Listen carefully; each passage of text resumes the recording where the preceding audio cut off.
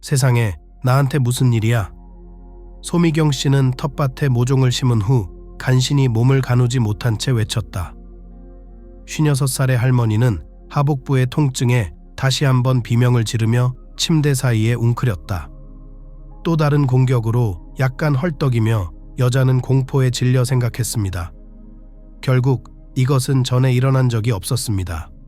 바로 그거야. 나는 죽어가고 있다. 그리고 살고 싶어요. 정말 살고 싶어요. 소미경은 뜨거워진 얼굴에 눈물을 흘리며 속삭였다. 그녀는 텃밭 일을 겨우 끝내고 집으로 돌아갔다. 그녀의 기분은 구름보다 더 어두웠다. 저녁은 뭘 먹을까? 손미경 씨가 문턱을 넘자 남편 도광현 씨가 엄하게 물었습니다. 그는 좋은 사람이었지만 질서를 너무 좋아했다. 질서가 조금이라도 어긋나면 도광현의 분위기는 순식간에 바뀌곤 했습니다. 냉장고에 국이 있어요. 여자가 낮은 목소리로 말했다. 그녀는 소파에 주저앉아 엄마처럼 울었습니다. 겁에 질린 도광현은 아내에게 달려가 손을 잡았다. 소미경, 왜 그래? 뭐 잃어버렸어? 나 죽어가고 있어. 도광현? 나 죽어 뭐? 도광현은 깜짝 놀라 눈을 크게 떴다. 왜 그렇게 생각하는데? 배랑 허리가 너무 아파서요. 발도 제대로 못 끌겠어요. 불치병인가 봐요. 손우미경은 더듬거리며 눈물을 삼키며 말을 더듬었다. 소미경, 그럴 리가 없어. 도광현은 전혀 놀라지 않았습니다. 이웃집 최운정 씨가 암에 걸렸을 때 너무 야위었잖아요. 피부와 뼈만 남았죠. 그런데 당신은 홍수에 휩쓸린 강물 같아서 얼마나 아파요? 맞아요. 손미경은 생각했다. 남편 말이 맞다. 지난 몇 달 동안 정말 몸살이 날 정도로 아팠어요. 이유는 모르겠어요. 하지만 난 말벌 허리를 가진 소녀가 아니라 56살이에요. 나이를 먹나 봐요. 소미경 씨는 이제 좀 진정돼서 발작은 멈춘 것 같습니다. 하지만 어윤수 간호사를 만나보세요. 시내에 있는 외과의사를 소개해 줄지도 모르니까요. 현명한 도코 광현은 진정하고 점심 먹으러 가자고 덧붙였습니다. 토코 광현 씨, 조언 감사합니다. 그렇게 할게요. 손미경은 약속을 지키고 다음 날 구급대원 어윤수를 만나기 위해 지역 의료원으로 향했다. 매력적이고 다정한 그녀는 모든 주민들을 친절하고 세심하게 대했습니다. 손우미경 씨도 가족처럼 반갑게 맞아주었습니다. 손우미경, 안녕하세요. 오랜만이네요. 들어와서 편히 쉬면서 무슨 일이 있었는지 얘기해봐요. 어윤수 씨는 환한 미소를 지으며 말했다. 그녀는 현지인들을 좋아했다. 소박하고 기발하고 성실하고 진솔하죠. 손우미경이 불안한 마음을 털어놓자 어윤수는 침착함을 잃지 않으려 애쓰며 속상해하는 그녀를 위로하는 좋은 말을 골라 건넸습니다. 소미경 씨, 섣불리 결론을 내리지 말자고요. 검사를 좀 해볼게요. 검사를 받으시고 결과가 나오면 그때 얘기해 봅시다. 필요하면 치료도 해줄게요. 그렇게 할까요? 네, 어윤수, 우리 똑똑한 녀석. 고맙습니다. 그 여자가 진심으로 고맙다고 했어요. 천만에요. 손우미경 씨, 건강하세요. 손우미경은 그 토요일 아침을 절대 잊지 못할 것이다. 평소처럼 집안을 정리하고 텃밭에 가려고 할 때 전화벨이 울렸습니다. 소미경 씨, 어윤수 구급대원입니다. 검사 결과가 나왔는데 오늘 오실 수 있나요? 네, 어윤수. 그럼요. 손미경은 즉시 동의했습니다. 갑자기 공중에 불안한 기운이 감돌았습니다. 어윤수가 뭔가 말하고 싶었지만 감히 말을 꺼내지 못하는 것 같았습니다. 손미경의 가슴이 긁혔다. 뭔가 잘못되었다는 직감이 들었고 구급대원은 잘 위장되지 않은 불안한 목소리로 말하고 있었다. 무슨 일이에요, 어윤수 씨? 진료실에 들어서자마자 여자가 물었습니다. 저 죽는 건가요? 아니, 소미경, 아니야. 어윤수는 얼버무렸다. 그리고는 한숨을 내쉬며 외쳤다. 임신. 이 말을 들은 손우미경은 의자에 앉아서 밀랍 인형처럼 제자리에 얼어붙었습니다. 몇 초가 지나서야 손미경은 어윤수의 말의 의미를 깨달았다. 여자는 얼굴이 창백해지며 공포에 질려 눈을 크게 떴다. 사실이 아니야. 그녀는 미친 듯이 소리를 지르며 구급대원을 놀라게 했고 구급대원은 옆으로 뛰어내렸다. 몇 초 후 여성은 깨달았습니다. 제 분석이 다른 사람의 분석과 혼동되었다는 것을요. 바로 그거예요. 56의 임신은 불가능해요. 그럴 리가 없죠. 그건 말도 안 돼요. 어윤수, 한 번만 더 생각해봐요. 실수가 있었어. 어윤수는 고개를 절레절레 흔들었다. 손미경, 실수 같은 거 없어. 이게 자네 분석이야. 네, 나이가 많으시잖아요. 이 나이에 임신하는 건 굉장히 드문 일입니다. 100만 분의 1의 예외적인 경우입니다. 그리고 그것은 당신의 것입니다. 당황하지 말고 진정하세요. 여자의 손과 발이 차가워지고 세상에 화가 나서 그녀는 외쳤다. 진정하라고요? 오, 정말요? 나는 임신을 원하지 않습니다. 임신하고 싶지 않아요. 임신했다면 당장 낙태해. 더는 애 안 낳을 거야. 어윤수는 손미경의 압박에 힘들어했지만 그녀는 대답할 힘을 얻었다. 임신 4개월이 다 되어가는데 낙태를 하기엔 너무 늦었다고요. 그게 다가 아닙니다. 태아는 한 명이 아니라 둘입니다. 그 말을 끝으로 손미경은 두 팔을 채찍처럼 늘어뜨린 채 의자에 쓰러졌다. 그녀는 정처 없이 어딘가를 응시했다. 어윤수는 겁에 질린 채 그 여자에게 다가가 물을 건넸다. 괜찮아. 임신 경과를 지켜보면 다 괜찮아질 거야.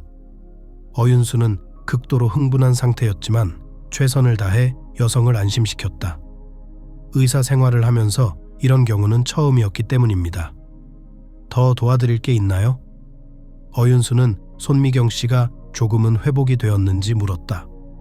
여자는 무표정하게 대답하고 자신에게 닥친 불행의 무게를 짊어진 채 문 쪽으로 걸어갔다.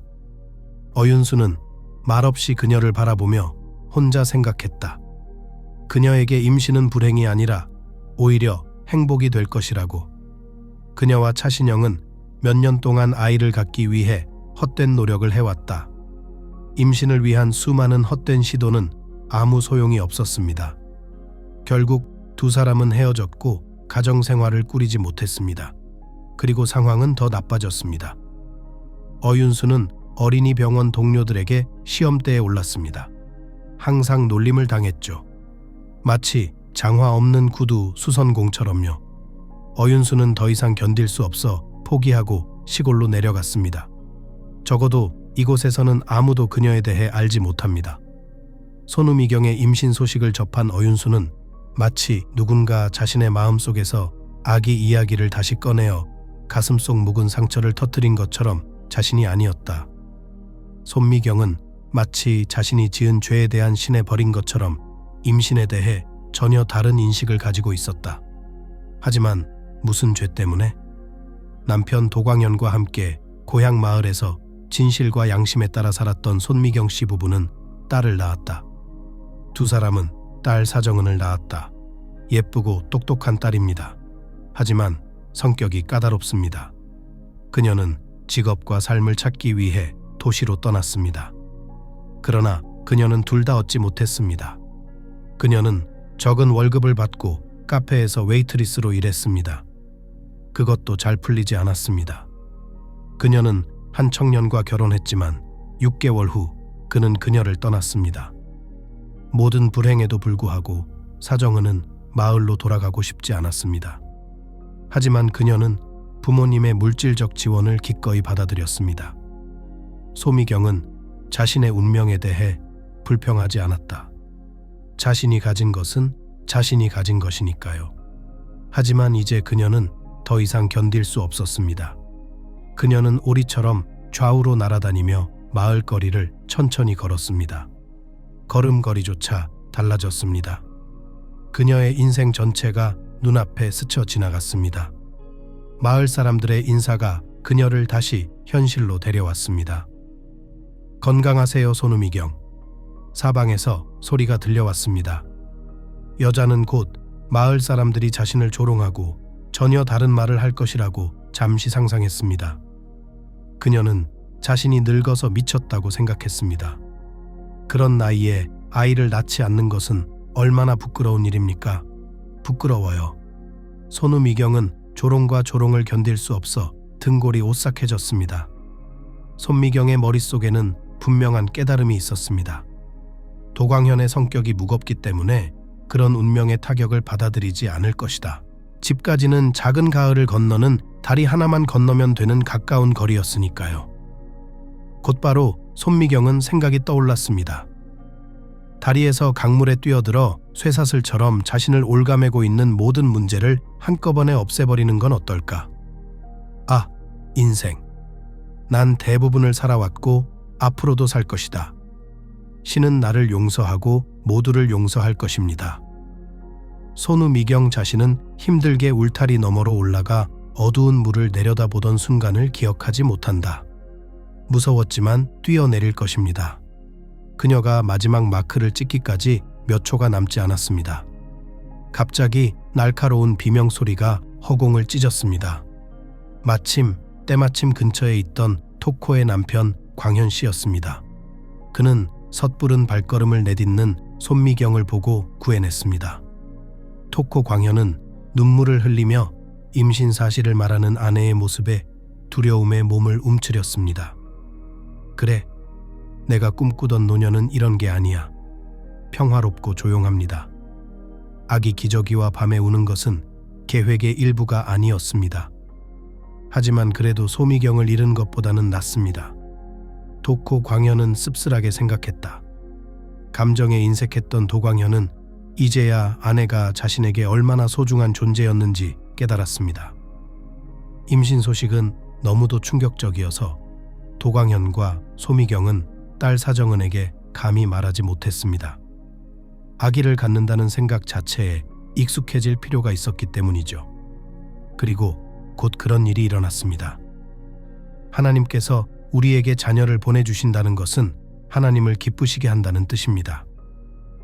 도광현, 손미경 부부는 동시에 결심했습니다. 두 사람은 함께 지역교회에 가서 모든 성도들에게 기도했습니다. 그리고 아기의 탄생이 가까워지는 날마다 기뻐하는 법을 배웠습니다. 며칠이 지나고 몇 달이 지났습니다. 손우미경의 임신은 힘들었습니다. 다리가 붓고 중독증과 두통에 시달렸습니다. 하지만 분석과 초음파 검사 결과 아기는 건강했습니다. 손우미경에게는 아기가 가장 중요했고 그녀는 모든 어려움과 고난을 꿋꿋하게 견뎌냈습니다. 별다른 이상 징후는 없었습니다. 하지만 소우미경 씨와 도광현 씨를 교묘히 따라다니며 가장 가까운 사람, 딸 사정은 씨로부터 찾아왔다. 그들은 감히 딸에게 모든 것을 털어놓지 못했습니다. 그 망설임이 손우미경과 독고마 광현에게 잔인한 장난이 될 줄 누가 알았을까? 일요일 오후인 오늘은 특별한 날입니다. 소미경의 임신이 7개월을 넘겼기 때문입니다. 이날 사정은에게 전화가 왔습니다. 엄마, 나 오늘 갈게요. 가도 돼요? 다정한 목소리로 소녀는 짹짹거렸다. 사정은은 1년에 2번을 넘기지 않을 정도로 친정을 거의 방문하지 않았습니다. 사정은이 친척들과 소통하는 것은 드물게 전화 통화를 하는 것이 전부였습니다. 그래, 딸아, 손미경 씨가 대답했다. 그녀의 목소리는 떨렸고 손은 흥분으로 떨렸습니다. 그녀의 배는 즉시 아기의 다리 떨림으로 파도를 일으키며 그 존재를 알렸습니다. 엄마의 걱정이 고스란히 아기들에게 전달된 모양입니다. 손미경과 도광현 부부는 저녁에 도착할 사정은을 숨죽이며 기다렸습니다. 부부는 딸에게 소나무 미경의 임신 사실을 제때 말하지 못한 것을 후회했습니다. 사정은이 쉽지 않은 아이라는 것을 알기에 어떤 반응이 나올지 대비하고 있었습니다. 하지만 막상 아이에게서 들은 말은 예상을 뛰어넘는 것이었습니다. 아빠, 금방 갈게요. 아빠, 좀 도와줘요. 사정은은 아빠의 뺨을 무심코 쪼아대며 중얼거렸다. 몇 초 후 소녀의 얼굴이 새하얗게 변하고 아래 십술이 분노로 떨렸다.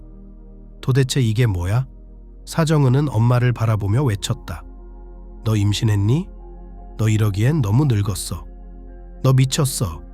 엄마한테 그런 식으로 말하지 마. 소우미경 도광현이 소우미경을 위해 일어섰다. 너도? 소녀는 아버지를 향해 소리쳤다.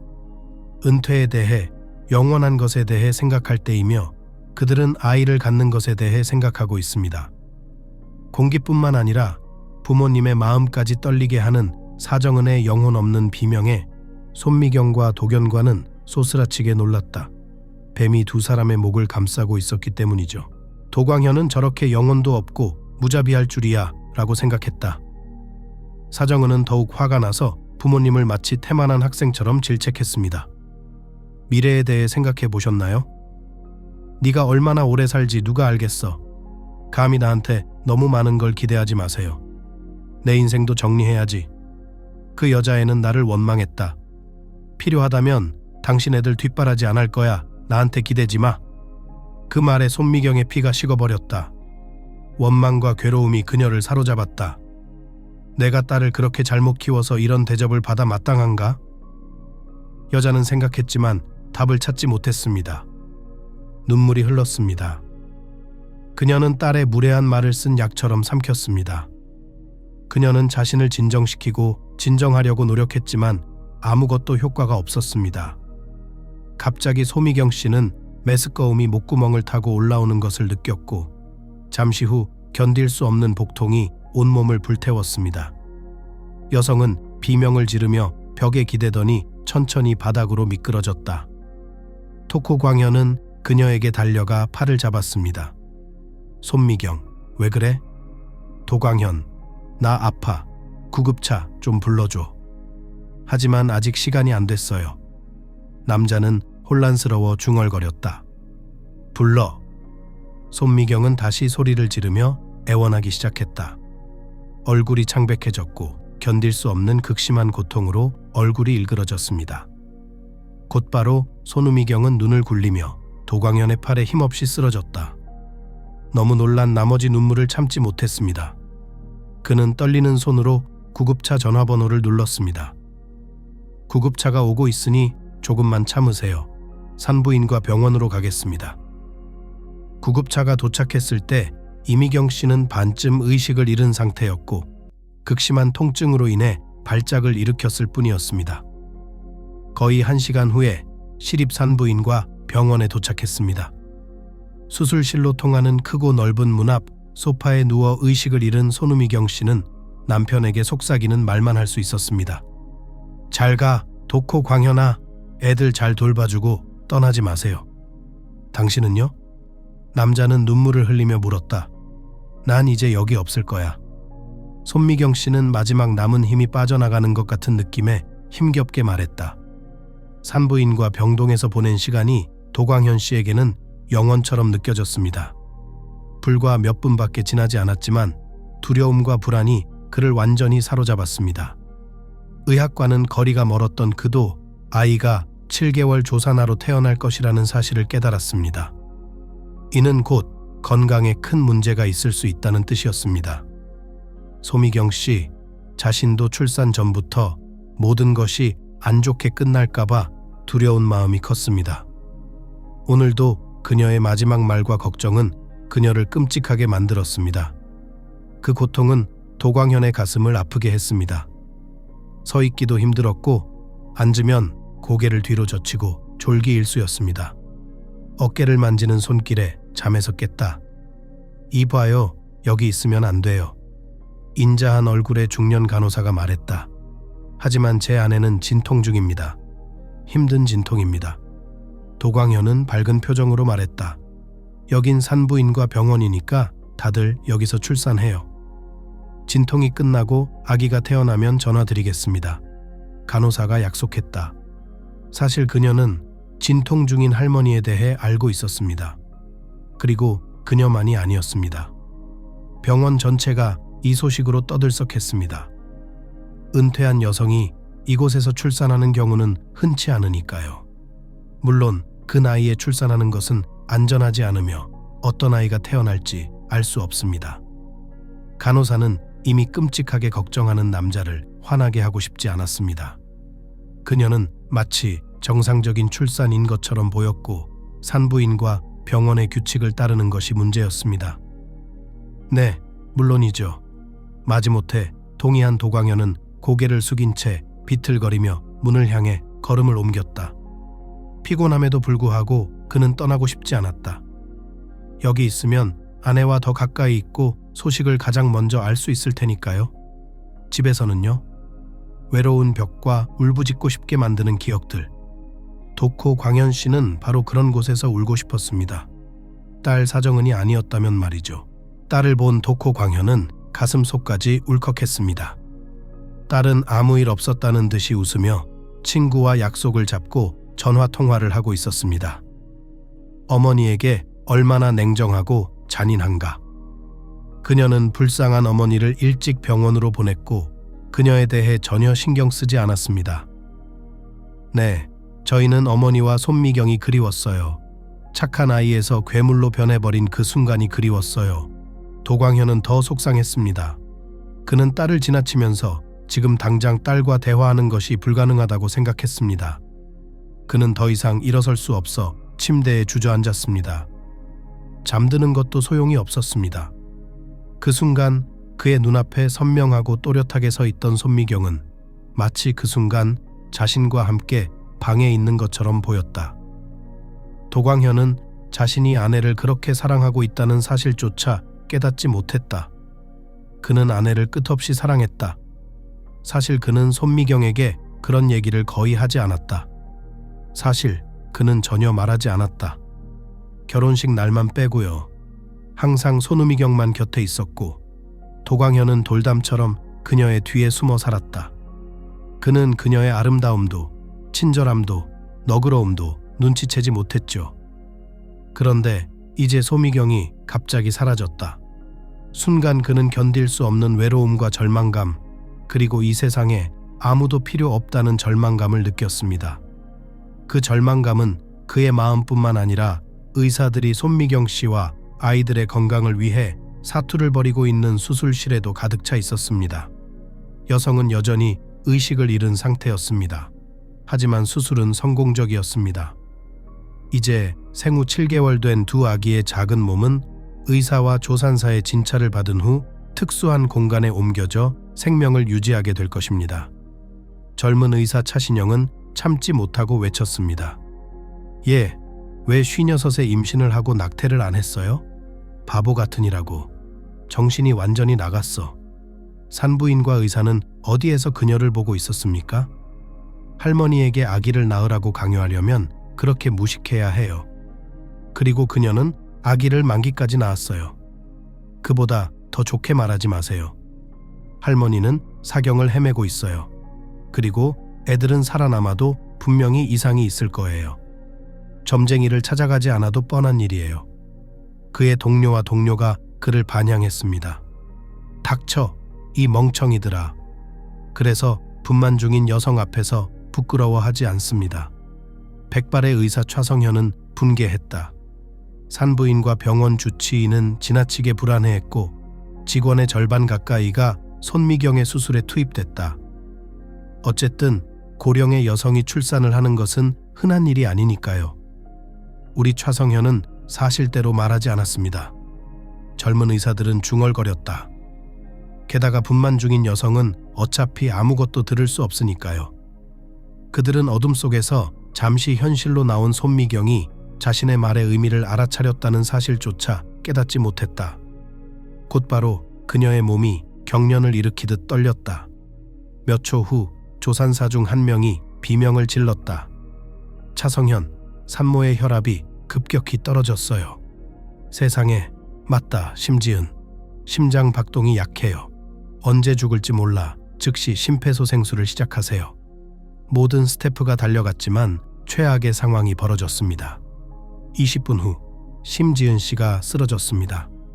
그녀의 몸은 지옥 같은 긴장을 견디지 못했습니다. 조산사들과 추성현은 눈물을 흘렸습니다. 그리고 젊은 의사들은 죄책감에 벽에 등을 돌렸다. 하지만 언제나 그렇듯 문제는 혼자 오지 않습니다. 몇 시간 후 의사들의 예언 중 하나가 현실로 다가왔습니다. 소미경의 아기들은 정말 병적인 상태였습니다. 아기 중 한 명은 시신경이 발달하지 않은 상태였습니다. 거의 아무것도 볼 수 없었죠. 그리고 다른 한 명은 심장 역치가 매우 높았습니다. 2달도 살지 못할 거라고요. 의사들은 그렇게 예상했죠. 손미경 씨의 사망 소식과 아이들의 끔찍한 진단은 도광현 씨에게 큰 충격을 안겨주었습니다. 아니, 그는 자살하지 않았습니다.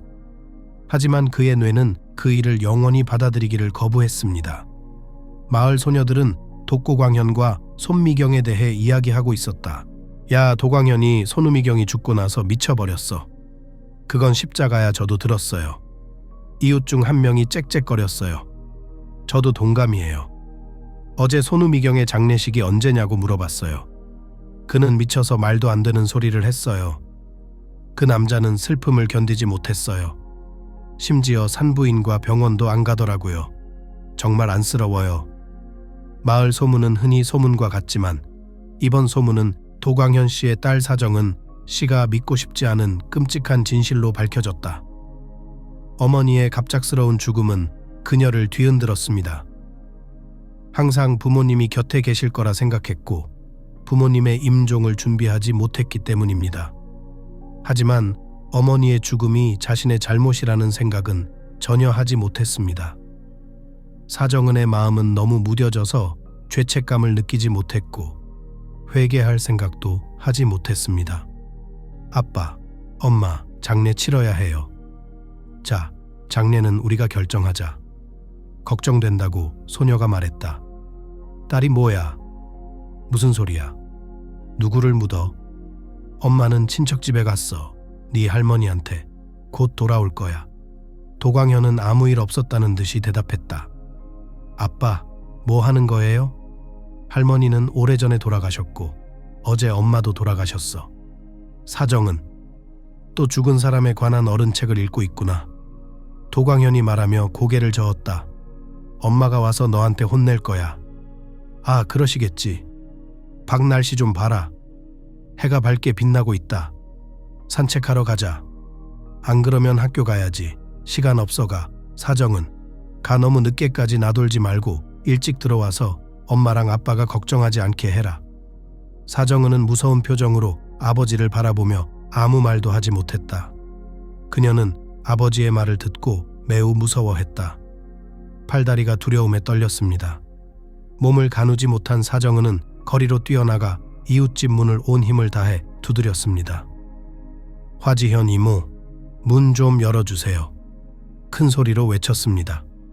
나간다. 나간다. 집 뒤쪽에서 목소리가 들려왔고 몇 초 후 문이 활짝 열리더니 화지현 씨가 문 앞에 나타났습니다. 엄마와 함께 우체국에서 일했던 친구 사이였다. 사정은 무슨 일이야? 여자가 흥분한 목소리로 물었다. 엄마는 장례를 치러야 해요. 그리고 아빠도요. 사정은은 망설였다. 마치 다른 행성에 간 것처럼 모든 것을 잊어버렸다. 제발 도와주세요. 내 말이 맞아, 사정은. 모든 사람이 감당할 수 없는 고통이 있죠. 네 아빠도 감당하지 못했어. 걱정 마. 장례는 우리가 알아서 할 테니까. 손우미경의 마을 사람들은 모두 그를 사랑하고 존경했습니다. 손우미경의 아이들은 어떻게 해야 하나요? 화지현은 사정은도 생각하지 못한 질문을 던졌습니다. 화지현 고모, 애들을 데려갈 수는 없어요. 그럼 돈도 없이 어떻게 키우겠어요? 웨이트리스 월급으로는 기저귀도 못 사잖아요. 게다가 애들도 아프고 사정은 씨 산부인과 병원 잘 다녀와요. 거기서 애들을 포기하는 신청서를 쓸 수 있다는 거 알아요. 그 여자가 그 말을 할 때 가슴에서 피가 났어요. 아마 하느님이 이 여자를 벌하실 거예요. 아픈 아기들을 누구에게 주겠습니까? 사정은은 젊고 젊은 미혼 여성입니다. 그녀는 그 아이들과 함께 무엇을 할까요? 아이들을 돌볼 마음도 없고 경제적인 여유도 없는데 말이죠. 그녀의 아버지 도광현은 손우미경의 죽음으로 정신을 잃었습니다. 손우미경은 아이들을 돌봐줄 친척도 없습니다. 손우미경의 친구들은 모두 젊지도 않고 건강도 좋지 않아 언제 무덤에 묻힐지 모릅니다. 주님, 용서하소서. 자식들을 포기하라고 한 저를 용서하소서. 큰 죄인 거 알아요. 하지만 당장은 국가의 보살핌을 받는 것이 더 나을 겁니다. 그리고 어떤 아이가 없는 부부가 아이들을 위탁 양육할지도 모르죠. 아픈 아이들도 데려간다고 들었어요. 화지현은 조용히 회계의 말을 속삭였다. 화지현은 약속을 지켰다. 그녀는 손우미경의 장례를 치렀다. 마을 전체가 손우미경을 묻었고 많은 사람들이 그녀를 사랑하고 존경했습니다. 그들은 무슨 일이 있었는지 알고 있었습니다. 그래서 상실의 슬픔은 더욱 컸습니다. 하지만 이 슬픈 순간에 손우미경의 가족은 함께하지 못했습니다. 손미경 씨의 딸 사정은 씨가 왔지만 엄마의 죽은 얼굴을 보기 위해 관에 다가가는 것을 두려워하며 혼자서만 자리를 지켰습니다. 그녀는 관에 오지 않았고 감히 자신의 범죄에 대해 사과하지 않았습니다. 도광현은 묘지에 가지 않았다. 그는 자신과 손미경이 어렸을 때, 사정은이 막 학교에 입학했을 때로 돌아가 행복한 망각에 빠져 있었습니다. 묘지의 정적은 여자들의 통곡 소리로 깨졌습니다. 그들은 다성적인 목소리로 울부짖었다. 그들은 울부짖다가 몇 분 후 조용해졌습니다. 마을 공동묘지에서 출발한 장례 행렬은 겸손하게 고개를 숙이고 다시 마을로 돌아왔습니다. 공동묘지에는 한 사람만이 남아 갓 파낸 무덤 위에서 목 놓아 흐느끼고 있었습니다. 바로 손미경의 임신 사실을 발견한 구급대원 어윤수였습니다. 그녀의 죽음에 대한 책임은 오로지 자신에게만 있었습니다. 어윤수 구급대원은 확인도 하지 않고 후속 조치도 하지 않은 채 낡은 기계로 초음파 검사를 하러 병원으로 보냈는데 아마도 잘못된 판독이 나왔을 겁니다. 아이들의 병리를 보지 못했죠. 아, 소미경 고모, 내가 무슨 짓을 한 거야? 용서해 주세요. 평생 무릎 꿇고 용서를 빌겠습니다. 육신은 죽었지만 영혼은 살아 있습니다. 그리고 제 말을 들을 수 있습니다. 어윤수는 뺨을 타고 눈물을 흘리며 빌었다. 그러다 그 말이 그녀를 강타했고 그녀는 몸을 떨었다. 그리고는 눈물로 얼룩진 눈을 찡그린 하늘로 들어올리며 맹세하듯 말했다. 소미경, 당신과 하나님 앞에서 정말 속죄하고 싶어요. 당신이 하지 못한 일을 하고 싶어요. 당신이 낳아준 아이들을 잘 키우고 교육시키는 것. 이유는 모르겠지만 그 아이들은 멸망하지 않고 죽지 않을 거라고 믿습니다. 그들은 자신과 당신을 위해 살 것입니다. 약속할게요. 그 약속을 지키기 위해 최선을 다할게요. 어윤수는 자신에게 그런 말이 나올 줄은 몰랐다. 하지만 머리에서 나온 말이 아니라 가슴에서 우러나온 말이었습니다. 그래서 그녀의 말이 가장 진정성 있고 진심인 것입니다. 어윤수는 한참 동안 무덤에서 일어나 사람들을 따라 마을로 갈 엄두를 내지 못했습니다. 비가 쏟아지고 나서야 비에 흠뻑 젖은 채 집으로 돌아왔습니다. 맹세한 약속은 함부로 하지 말고 반드시 지켜야 합니다. 그렇지 않은 것은 무례한 일이기 때문입니다. 어윤수는 즉시 맹세를 이행하기로 결심했다. 어윤수는 손미경의 남편 도광현에게 무슨 일이 있었는지 알고 있었다. 다음 날 아침 날개를 달고 산부인과 병동으로 달려갔고 마침 아이를 포기한다는 진술서를 쓰고 있던 사정은과 정면으로 마주쳤다. 어윤수는 감정을 참지 못하고 사정은을 쫓아 산부인과 병동장 팽수연의 사무실로 돌진했다. 하지만 그녀는 분명 기분이 좋지 않았다. 분만 중이던 산모가 수술 직후 사망했는데 의사들이 한꺼번에 몰려들어 치료도 제대로 하지 못했으니 큰일이지요. 이상이 있는 아기, 버려지는 아기, 정말 골치 아픈 일이죠. 원하는 게 뭐예요? 마침내 그녀는 서류에서 눈을 떼고 불만스러운 어조로 물었습니다. 어윤수가 방문 목적을 설명하자 팽수연은 엄지손가락을 비틀기만 했습니다. 구급대원이면서 그런 말도 안 되는 소리를 해? 산부인과 병원에서 입양할 아이를 안내주면 고아원에 가세요. 노인 환자의 자녀에 대해 이야기하는 경우 조산아로 태어났으며 24시간 의료 감독을 받고 있다는 사실을 알아야 합니다. 도와드릴 수 없습니다. 여기서 나가주시죠.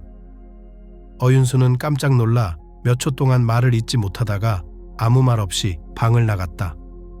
하지만 괜찮아요. 낙심하지 마세요. 아무도 쉽지 않을 거라고 말하지 않았으니까요. 어윤수는 혼잣말로 말했다. 아기들이 고아원에 인계될 때까지 숨을 죽이고 기다렸다고요. 의사의 위로의 예후에도 불구하고 소녀들은 살아남았습니다. 어윤수는 아이들의 건강을 위해 끊임없이 기도했습니다. 그녀는 쇼핑을 즐기고 아기 옷을 사주었습니다. 그렇게 그녀는 소녀들을 만나는 순간을 더 가까이 가져왔습니다. 어윤수가 고아원을 찾아 소녀들을 입양해달라고 요청하기까지 6개월이 걸렸습니다. 고아원의 최은정 원장은 마음씨 좋은 사람이었지만 어윤수에게 충격을 주는 말을 했습니다. 어윤수 씨, 미안하지만 여자애들은 이미 위탁가정이 있어요. 부유한 중년 부부예요. 조만간 입양 서류를 제출할 거라고 합니다. 그런데 어떻게 그럴 수 있죠? 어윤수는 외쳤다. 결국은 내가 여자애들을 데려가야지. 교장 선생님은 깜짝 놀라 들어온 낯선 젊은 여자를 바라보았습니다. 왜 애들을 가져야 하죠? 당신은 독신이고 원룸에서 혼자 살고 있고 월급도 적잖아요. 아이들을 어떻게 부양하고 대할 건가요? 두 딸 모두 지속적인 치료가 필요하다는 것을 알고 계실 겁니다. 어윤수에게 해줄 말을 찾으려고 노력했지만 찾을 수가 없었어요. 이 아이들에게 위탁가정을 찾아준 건 기적 같은 일이에요. 운이 좋은 별 아래서 태어났나 봐요.